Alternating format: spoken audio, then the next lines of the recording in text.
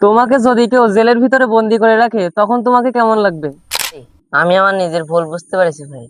যাক, এই পাখিটা এখন খাঁচায় বন্ধ করে রাখবো। এইবারটা কত বলবে ভাইন পাখিটা। আহ, ভাই দাঁড়াও ভাই দেখেন গাছটা পাখি পেন নাইছি ভাই, দেখেন কথা বলবে।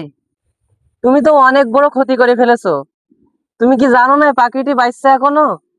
এ তো ওর মার কাছ থেকে খাবে নাকি? ভাই, ক্ষতি কই, আমি এই পাখিটা পোষবো ভাই। শোনো তাহলে, তোমার মার কাছ থেকে যদি তোমাকে কেউ নিয়ে যায় তখন তোমার মা কি কষ্ট পাবে? হ্যাঁ, অবশ্যই কষ্ট পাবে। তুমি এই পাখির বাচ্চাটি খাঁচার ভিতরে রাখতে চাচ্ছ।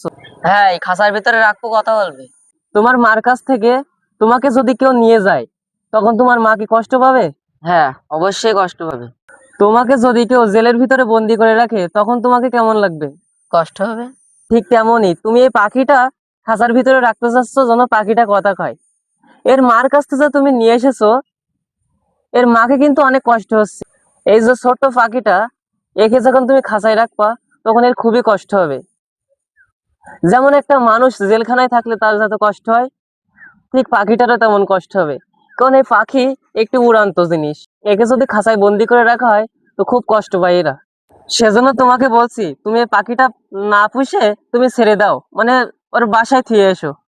আমিনুর ভাই, এই পাখি তো সবাই পোষে।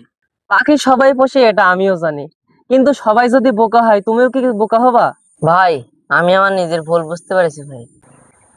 শোনো, তুমি তোমার ভুল বুঝতে পেরেছো, এটা অনেক বড় জিনিস। আমাদের সকলের এটা বোঝা উচিত যে আমরাও যেমন একটা প্রাণী, এও একটা প্রাণী। তো মানুষ যেমন জেলে থেকে কষ্ট পায়, একটা পাখিও তেমন কষ্ট পায়। তাই এখন থেকে আমরা আর কোনো পাখিকে খাঁচার ভিতরে রাখবো না। যাও তুমি এই পাখিটারে ছেড়ে দিয়ে এসো।